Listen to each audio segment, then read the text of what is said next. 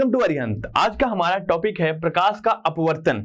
यहां देखें, अब बात करते हैं प्रकाश के अपवर्तन के बारे में। होता क्या है कि जब हमारा प्रकाश एक माध्यम से दूसरे माध्यम में जाता है तो होता क्या है कि हमारा जो प्रकाश की किरण है वो या तो जिस रास्ते से जाना था उससे दूर हो जाएंगी या उसके पास हो जाएंगी, यानी जो मैं अभिलंब है। एक बार मैं सारी चीजें आपको बता दे रहा हूं। ये हमारा एक अलग माध्यम 1 हो गया, ये माध्यम 1 और माध्यम 2। अब क्या होगा कि हमारा एक माध्यम ही अलग है, एक माध्यम अलग है। अब हमारे पास प्रकाश की किरण आई यहाँ पे। अब ये जो जिस बिंदु पर गिरी उसके अगर यहाँ पे एक लाइन बनाया जाए, इसको बोलते हैं अभिलंब। ये हमारा अभिलंब हो गया। अब यहाँ पे देखने वाली बात है कि अगर हमारा पहला माध्यम से दूसरा माध्यम सघन है तो क्या होगा, जाना तो इसको ऐसे था, अगर सघन है तो ऐसे जाएगा, और अगर विरल है तो क्या होगा, इधर जाएगा प्रकाश की किरण।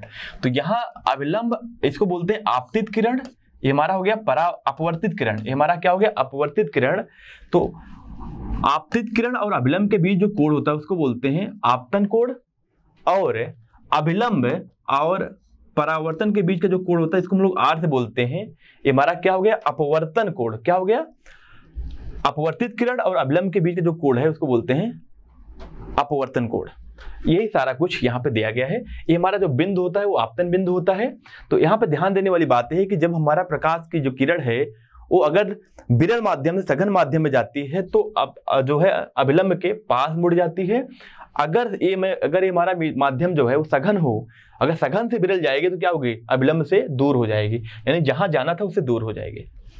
अब आगे बढ़ते हैं, बात करते हैं प्रकाश के अपवर्तन से संबंधित परिभाषाएं निम्नलिखित हैं। तो देखिए, आपतित किरण क्या है, जो प्रकाश की किरण क्या होती है, प्रथम माध्यम वायु में से चलने वाली प्रकाश की किरण को क्या बोलते हैं, आपतित किरण बोलते हैं। अब एक माध्यम से दूसरे माध्यम जो किरण जाती है उसको क्या बोलते हैं, अपवर्तित किरण बोलते हैं। आपतन बिंदु क्या होता है, जिस बिंदु पे हमारी आपतित किरण आके पड़ती है, जहां से दूसरा माध्यम शुरू होता है उस बिंदु को बोलते हैं आपतन बिंदु। अभिलंब क्या होता है, आपतन बिंदु पर पृथक्कृत पृष्ठ के लंबवत रेखा। हमने बोला ना कि जो हमारा वो लंबवत रेखा थी जिसको हमने दिखाया था अभिलंब, वो हमारा क्या होता है, अभिलंब होता है। उसके बाद हमारा क्या हो गया, आपतन कोण। आपतन कोण क्या है, आपतन कोण हमारा अभिलंब और आपतित किरण के बीच का कोण को क्या बोलते हैं, आपतन कोण बोलते हैं। अब उसके बाद आता है अपवर्तन कोण। अपवर्तन कोण हमारा क्या होता है, अपवर्तन कोण ध्यान रखने वाली बात है कि आप जब हमारा प्रकाश की किरण एक माध्यम से दूसरे माध्यम में जाती है तो पहले तो हमारा आपतन किरण पहले माध्यम हो गया, उसके बाद जब दूसरे माध्यम में जाती है तो उस किरण को बोलते हैं अपवर्तन, यानी इसको बोलते हैं हम लोग अपवर्तन किरण। और अपवर्तन किरण और अभिलंब के बीच का जो कोण होता है उसको बोलते हैं अपवर्तन कोण। अब देखिए, सघन माध्यम क्या होता है, देखिए यदि आपतित किरण के सापेक्ष अभिलंब की ओर झुक जाती है तो दूसरे माध्यम को पहले माध्यम के सापेक्ष क्या बोलेंगे, सघन माध्यम बोलेंगे। वही बात तो हमने आपको इसके पहले बताया। विरल माध्यम क्या होता है, अगर हमारा प्रकाश की जो किरण है एक माध्यम से दूसरे माध्यम में जाती है तो अगर पहले माध्यम के सापेक्ष दूसरे माध्यम में वो अभिलंब के साथ ज्यादा कोण बनाए तो इसका मतलब दूसरा माध्यम क्या है हमारा, सघन माध्यम, वो विरल माध्यम। आइए अब बात करते हैं अपवर्तन का कारण क्या है। तो समझिएगा, जो प्रकाश की चाल है ना वो अलग अलग माध्यम में अलग अलग होती है। तो यहां देखने वाली बात है, प्रकाश की चाल विभिन्न माध्यम में भिन्न भिन्न होती है। अतः जब प्रकाश एक माध्यम से दूसरे माध्यम में जाती है तो चाल में परिवर्तन होने के कारण प्रकाश की किरण अभिलंब से दूर अथवा अभिलंब के पास हो जाती है, अर्थात प्रकाश का अपवर्तन होता है। तो अगर आपसे पूछा जाए कि अपवर्तन का मुख्य कारण क्या है, तो अपवर्तन का मुख्य कारण क्या है कि जो है प्रकाश की जो चाल है अलग अलग माध्यम में अलग अलग होती है। आगे बढ़ते हैं, बात करते हैं प्रकाश के अपवर्तन के कुछ व्यवहारिक उदाहरण। हमारे रियल लाइफ में जो हमारे कुछ अपवर्तन के उदाहरण है उसको समझते हैं। पहला हमारा है, अपवर्तन के कारण ही किसी गिलास अथवा बीकर में डूबी हुई छड़ अथवा पेंसिल टूटी हुई या मुड़ी हुई प्रतीत होती है। हमने हमेशा देखा है, ये देखिए आपने इस तरीके से देखा होगा, आपके पास ये मान लेते हैं ऊपर हवा है, यहाँ पे हमारे पास क्या है, जल है। अगर हमारे पास एक पेंसिल, आप इसको ऐसे रखोगे ना, ऐसे, ये हमारा पेंसिल है, इसको मैंने ऐसे रख दिया, ऐसे रखेगा, पर हमें ऐसा नहीं दिखेगा। ये कैसे दिखेगा, क्योंकि अब क्या होगा, ये हमारा थोड़ा सा इस तरीके से झुकी हुई हमारी ये पेन दिखेगी। अब आगे बढ़ते हैं। रात के, अब देखिए यहाँ पे समझने वाली बात है, दूसरा जो हमारा है व्यवहारिक उदाहरण, रात में ताप परिवर्तन के कारण वायुमंडल के विभिन्न परतों का घनत्व बदलता है। देखिए जहां पे ज्यादा ताप होगा वहां हवा का घनत्व क्या होगा, कम होगा। अगर ताप कम होगा तो घनत्व क्या होगा, ज्यादा होगा। अब जब घनत्व ज्यादा होगा इसका मतलब क्या होगा, उसका माध्यम सघन हो रहा है। ठीक है, माध्यम क्या हो रहा है, सघन हो रहा है, जिसके कारण वायु में अपवर्तन बदलता रहता है। इसी कारण जो हमारे तारे होते हैं वो क्या दिखते हैं, हमें टिमटिमाते हुए दिखते हैं, क्योंकि उसमें आने वाले प्रकाश की लगातार अपवर्तन होता रहता है। अब देखिए पहले क्या हुआ, मान लीजिए अगर सीधा अपवर्तन होता है एक ही कोण पे तो हमें दिखता, बट अब क्या हो रहा है, वो पहले तो अपवर्तन कहीं से थोड़ा हुआ, मान लेते हैं अपवर्तन पहले क्या हुआ, यहाँ से जो तारे टिमटिमाते हैं उसकी लाइट आई, यहाँ से पहले क्या हुई, अब यहाँ इधर हो गई, फिर इसका और फिर और, इस तरीके से क्या हो रहा है, हर एक बिंदु पे जैसे लाइट आती है अलग अलग बिंदु पे क्या हो रहा है, अपवर्तन कोण अलग अलग हो रहा है। अब आगे बात करते हैं, धरातल के ऊपर की ओर जाने पर वायु का अपवर्तनांक के बारे में भी हम पढ़ेंगे। अपवर्तनांक क्या होता है, अपवर्तनांक हम लोग इसको म्यू से भी लिखाते हैं और एन से भी लिखते हैं। ये होता है प्रकाश की चाल किसी माध्यम में, प्रकाश की चाल कहाँ, निर्वात में, और प्रकाश की चाल माध्यम में, इसके अनुपात को क्या बोलते हैं, अपवर्तनांक बोलते हैं। दोबारा इसको लिख दे रहा हूं मैं, यानी जो हमारा अपवर्तनांक होता है वो होता है प्रकाश की चाल किसमें, निर्वात में, और प्रकाश की चाल माध्यम में, इसी को बोलते हैं किसी माध्यम का अपवर्तनांक। अब यहाँ देखिए अपवर्तनांक कम होता है तथा प्रकाश का बार बार अपवर्तन होता रहता है, जिसके फलस्वरूप सूर्योदय और सूर्यास्त के समय सूर्य क्षितिज से नीचे होने पर भी दिखाई देता है। अब एक क्या कारण है, अब इसको मैं आपको समझा दे रहा हूं। क्या कारण है कि हमें जो है सूर्यास्त होने से पहले बाद भी हमें दिखाई पड़ता है, और सूर्यास्त, और जब हमारा सुबह की बात करें सूर्य उगने से पहले हमें सूर्य दिखता है। उसके पीछे एक रीजन क्या होता है मैं आपको समझा दे रहा हूँ। चलिए मान लेते हैं हमारी ये धरती है, पृथ्वी हमारी है, हम यहाँ पे हैं, तो हमें यही दिखेगा। अगर हमारा सूर्य यहाँ पे आएगा तो दिखेगा, पर होता क्या जब हमारा सूर्य यहाँ होता है, अच्छा हमें दिखता कैसे, इसको पहले समझ लेते हैं। सूर्य तो हमारा बड़ा होता है पर मैं यहाँ छोटा दिखाया हूँ। हमें दिखता तब है जब कोई प्रकाश की लाइट कहीं से हमारे आंखों पे आती है।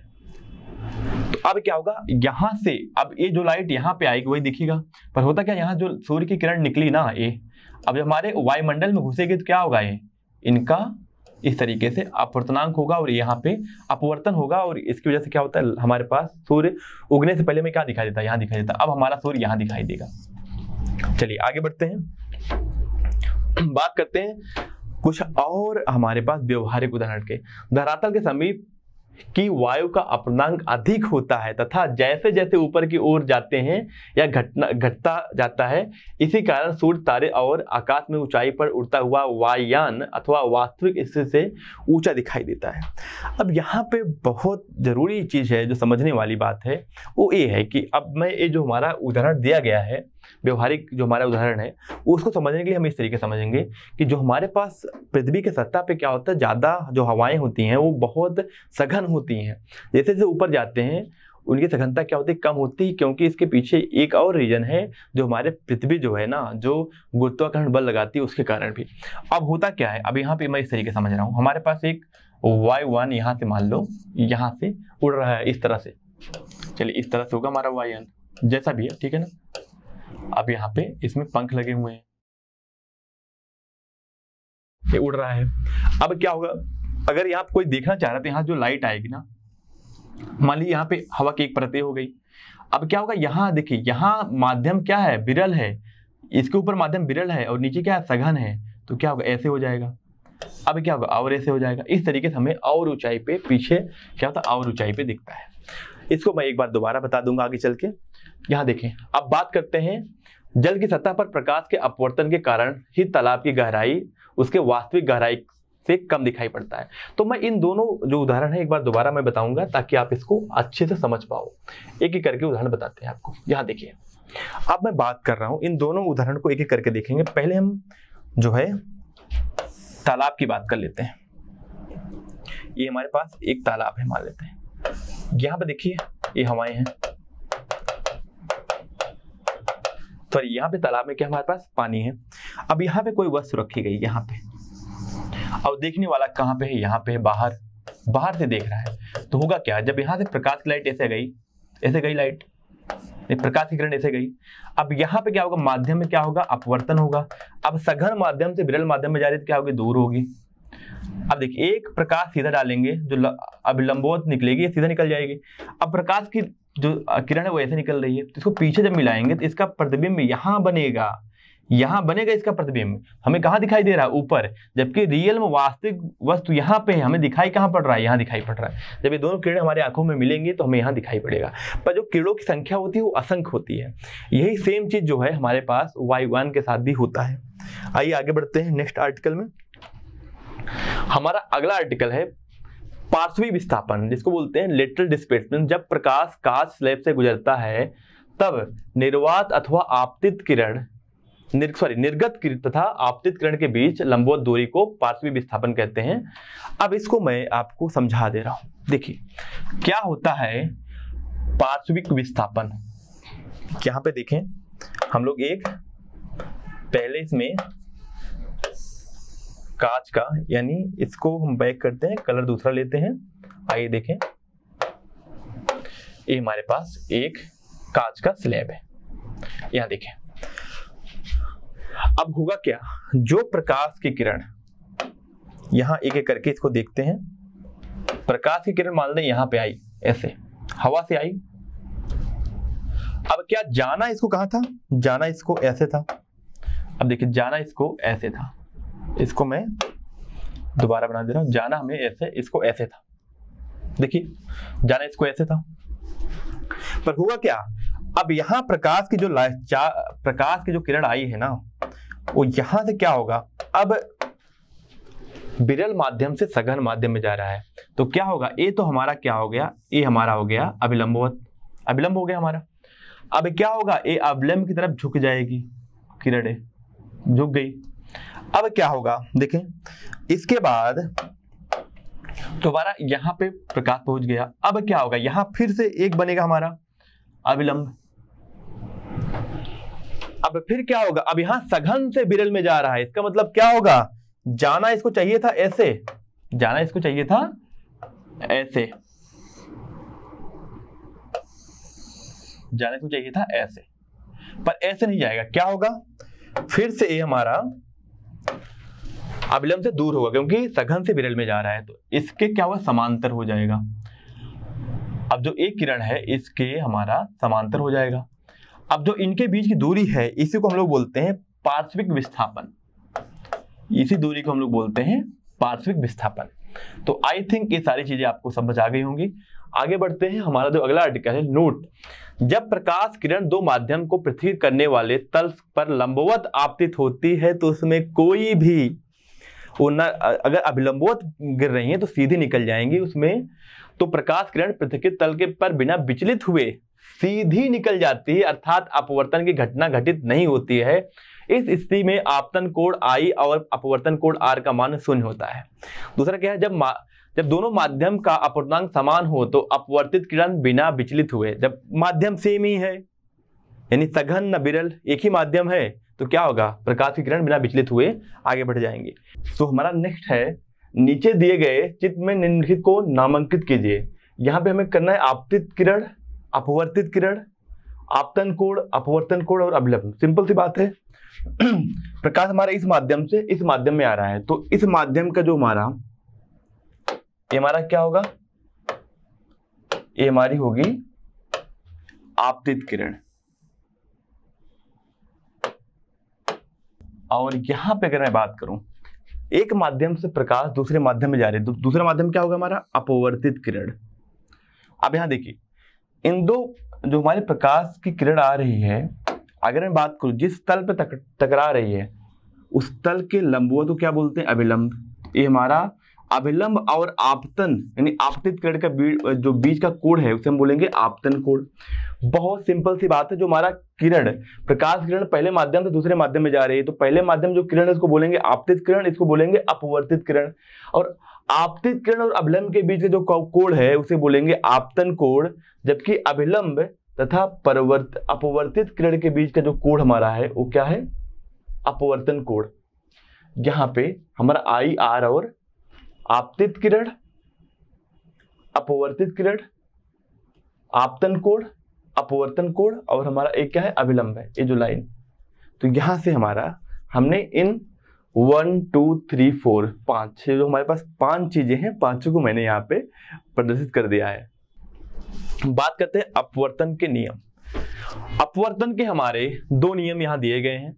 तो प्रथम नियम क्या है कि प्रथम नियम कहता है कि अपवर्तन का प्रथम नियम के अनुसार आपतित किरण, अपवर्तित किरण तथा अभिलंब यानी आपतन बिंदु पर अभिलंब तीनों एक ही तल में होते हैं। इसका मतलब क्या है? इसका मतलब ये है कि अगर मैं बात करूं आपसे, ये हमारा माध्यम है जिससे हमारा दोनों माध्यम पृथक्कृत हो रहे हैं। तो अब होगा क्या कि हमारे पास प्रकाश की किरण ऐसे आई और ऐसे गई, मानते ऐसे गई, विरल से सघन में आ रहा है, सॉरी सघन से विरल में आ रहा है, ठीक है ना। इस बात को समझते हैं, ये हमारा सघन है या विरल है। ये हमारा क्या हो गया, अभिलंब हो गया।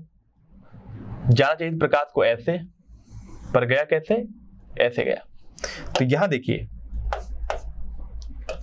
आपतन कोण और अपवर्तन कोण, ये हमारा अभिलंब हो गया। अब तीनों क्या होते हैं, एक ही तल में होते हैं। जैसे मैंने बोर्ड में अगर लाइट आई, इस साल में हमने बनाया, अगर ऐसे ही आएगी तो इसी प्लेन में, इसी समतल में हमारी तीनों प्रकाश की किरण होंगी। चलिए आगे बढ़ते हैं। अगला हमारा क्या है, द्वितीय नियम क्या कहता है? द्वितीय नियम कहता है कि देखिए इसमें क्या कहता है कि अगर ये हमारा आई है, ये हमारा आर है, तो ध्यान रखने वाली बात है साइन आई और साइन आर हमेशा क्या होगा, नियतांक होगा, एक फिक्स नंबर होगा, नियतांक होगा। यही हमारा क्या है, दूसरा नियम। इसको हम इस तरीके से लिख सकते हैं। देखिए यहाँ पे क्या होता है, अगर इस माध्यम का, अगर मैं बोलूं इस माध्यम का अपवर्तनांक क्या है, μ1 और इस माध्यम का अपवर्तनांक μ2 है।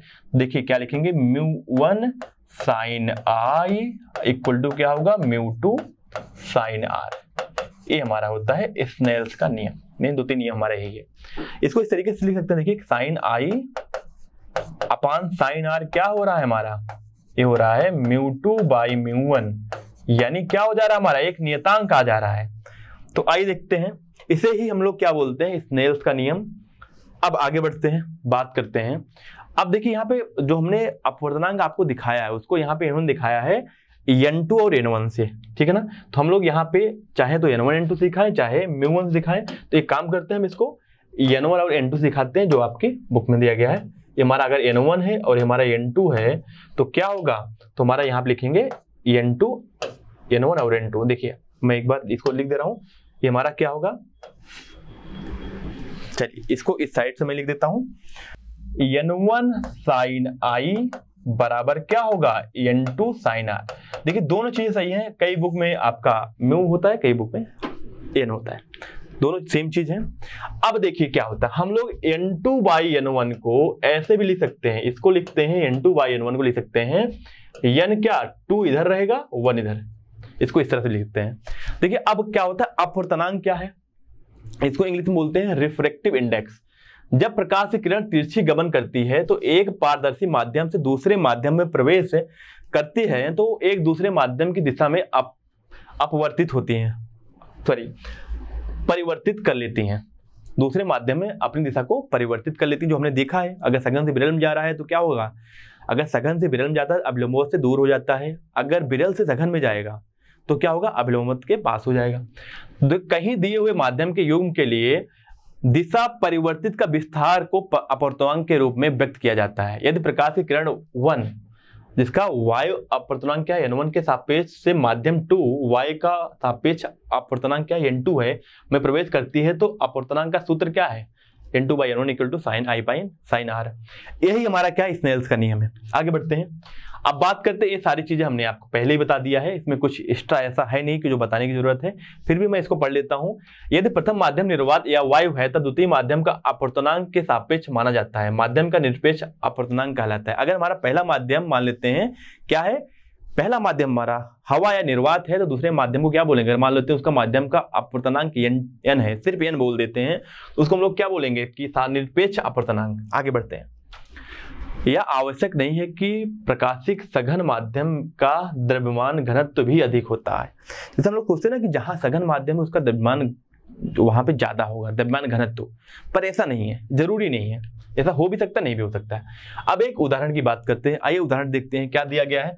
कह रहा जब प्रकाश की किरण विरल माध्यम से सघन माध्यम में जाती है तो आपतन कोण और अपवर्तन कोण, देखिए कहां से जा रही है, सघन माध्यम, कहां से, विरल माध्यम से ना, तो आई क्या दिया है हमारा 45 डिग्री और आर क्या दिया है 30 डिग्री, यानी विरल माध्यम में जाती है तो उस पर ये हो रहा है।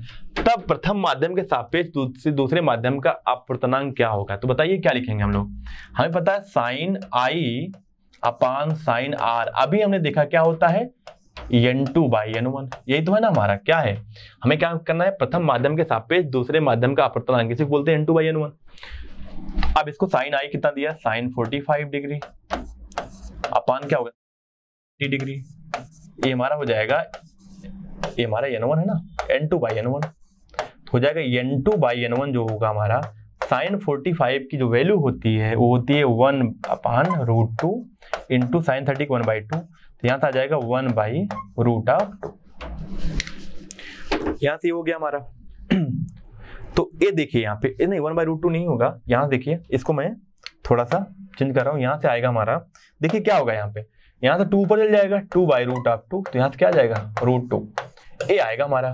तो यानी क्या हुआ, दूसरे माध्यम का जो अपवर्तनांक है पहले माध्यम के सापेक्ष n2/n1, यानी दूसरे माध्यम का अपवर्तनांक पहले माध्यम के सापेक्ष कितना आ गया, √2 आ गया।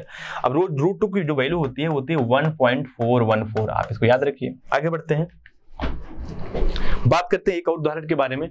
जब प्रकाश की किरण, अच्छा ये तो हमारा हो गया ना, आगे बढ़ते हैं।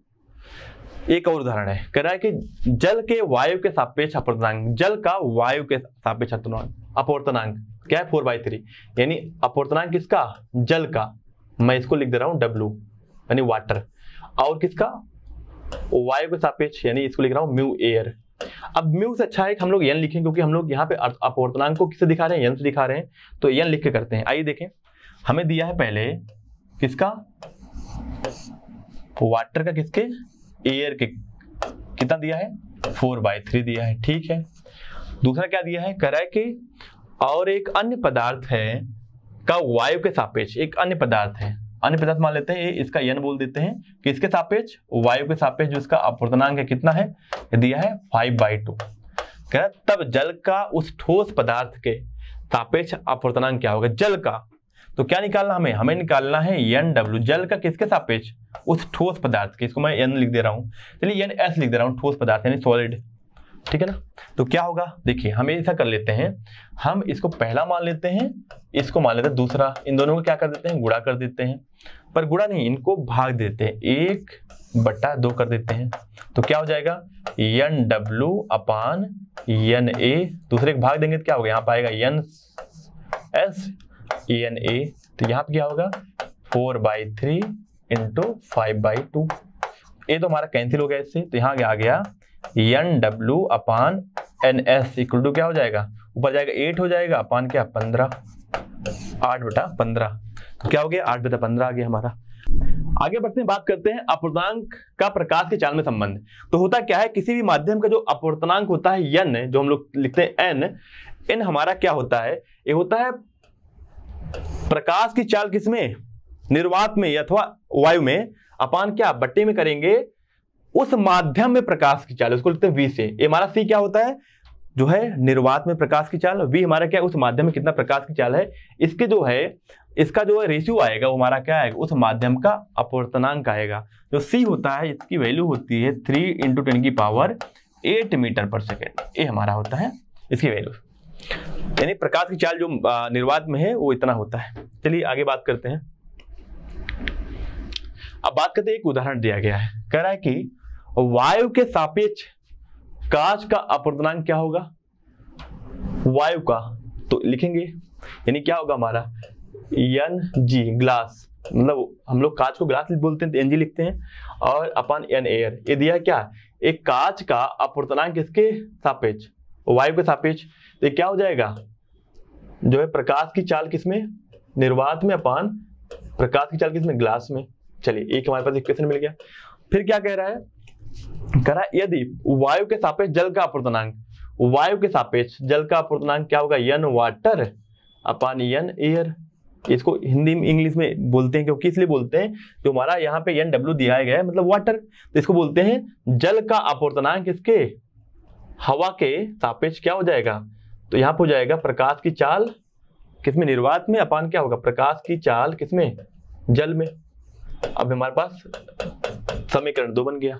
अब क्या रहा है उसके बाद, अगर इन दोनों को भाग दे दिया जाए तो क्या हो जाएगा हमारे पास, अगर हम इनको डिवाइड करते हैं यानी पहले से दूसरे को भाग देते हैं तो क्या होगा, NG अपान NA जो आएगा, ठीक है ना। इसको ऐसे कर सकते हैं, NG अपान NW आएगा ना, अगर भाग देंगे तो क्या होगा, ये तो दोनों कैंसिल हो जाएगा, एयर वाला, तो क्या होगा हमारा, N एयर है ना हवा का, तो NW आएगा, ये हो जाएगा हमारा क्या। अब देखिए इसका करेंगे तो हो जाएगा प्रकाश की चाल किसमें, हवा जो है जल में, और क्या आएगा यहाँ पे, ग्लास में, कांच में और जल में, ये आ गया हमारा। तो आगे बढ़ते हैं, यही हमारा दिया गया है। एक क्वेश्चन भी दिया गया है यहाँ पे, यदि वायु का प्रकाश में, यदि वायु में कितना दिया है, 3 × 10⁸ मीटर पर सेकंड, और जल में कितना दिया है, इतना दिया है, तो जल का अपूर्णांक क्या होगा, तो जो जल का अपूर्णांक होगा क्या हो जाएगा, प्रकाश की चाल C बटा, प्रकाश की चाल किसमें, निर्वात में, और प्रकाश की चाल किसमें, पानी में यानी वाटर में, जल में जिसकी बात कर रहे हैं, तो क्या हो गया यहाँ पे 3 × 10⁸, नीचे क्या हो गया, यहाँ दिया गया है 2.66 10⁸, यहाँ से 10⁸ तो कैंसिल हो गया हमारा, क्या आ गया 3/2.66, ये हमारा आ गया अपूर्णांक, किसका, जल का अपूर्णांक आ गया। जब इसको सॉल्व करेंगे इसकी वैल्यू आएगी 1.33। चलिए इसको आप याद भी कर सकते हो। चलिए प्रकाश किरणों का उत्क्रमणिता क्या होता है। उत्क्रमणिता बहुत अच्छी चीज है प्रकाश की, जिसको हमें समझना भी चाहिए।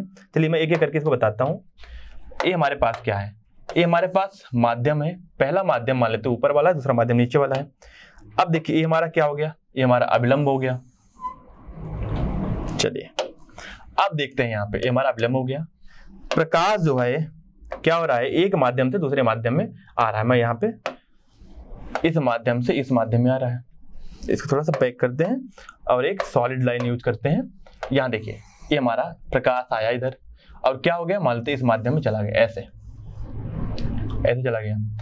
अब होगा क्या, देखिए एक एक करके, ये हमारा ये प्रकाश आया, आई हो गया हमारा, ये हमारा क्या हो गया, आर हो गया, यहां से इधर गया। अगर हम यहां से प्रकाश की किरण छोड़े, हमने मान लो टार्च जलाया तो वो लाइट हमारा प्रकाश की किरण ऐसे गई, तो ध्यान रखिए अगर हम यहाँ पे टार्च जलाएंगे तो प्रकाश की किरण क्या होगी, ऐसे जाएगी और इसी रास्ते को का पालन करेगी, इसी रास्ते का पालन करेगी। इसी को क्या बोलते हैं, प्रकाश किरण की उत्क्रमणिता। आगे बढ़ते हैं, वो दिखाया गया है कि अगर प्रकाश आपने इधर से डाला तो हमारे मान लेते प्रकाश का पथ ऐसे ऐसे है। अगर आप यहाँ कांच रख देंगे इसका मतलब क्या होगा, यहाँ प्रकाश फिर इधर चला गया तो इसी रास्ते का पालन करेगा। इसी को क्या बोलते हैं, प्रकाश की, क्या बोलते हैं इसको, प्रकाश किरण की उत्क्रमणिता। बहुत ही इंपॉर्टेंट चीज है जो आपको समझने वाली चीज है। चलिए आगे बढ़ते हैं। नोट, यदि वायु, जल तथा कांच के 3 समांतर माध्यम के रूप में संयोजित किया जाए तो क्या करेंगे। अब इस बात को समझने वाली बात है, यहाँ पे हम बोल सकते हैं अगर तीनों माध्यम हमारे पास रखे हों तो इनका क्या होगा, ये हवा के सापेक्ष। अगर मैं बात करूं, पहला क्या है, जल का हवा के सापेक्ष, फिर क्या होगा ग्लास का जल के सापेक्ष, और क्या होगा जो है ग्लास का यानी हवा का ग्लास के सापेक्ष यानी हमारे कांच के सापेक्ष, तीनों का गुणनफल क्या होगा 1 होगा। अब इसको करके भी देख सकते हैं, आइए करते हैं। इसको क्या लिख सकते हैं, इसको लिख सकते हैं NW अपान N एयर इंटू, इसको क्या लिख सकते हैं N ग्लास यानी आपका कांच अपान N जल। क्या हो गया यहाँ पे, N हवा का और N ग्लास का, ये दो कैंसिल हो गया, इससे कैंसिल हो गया, इससे कैंसिल हो गया, क्या आ गया आपका 1 आ गया।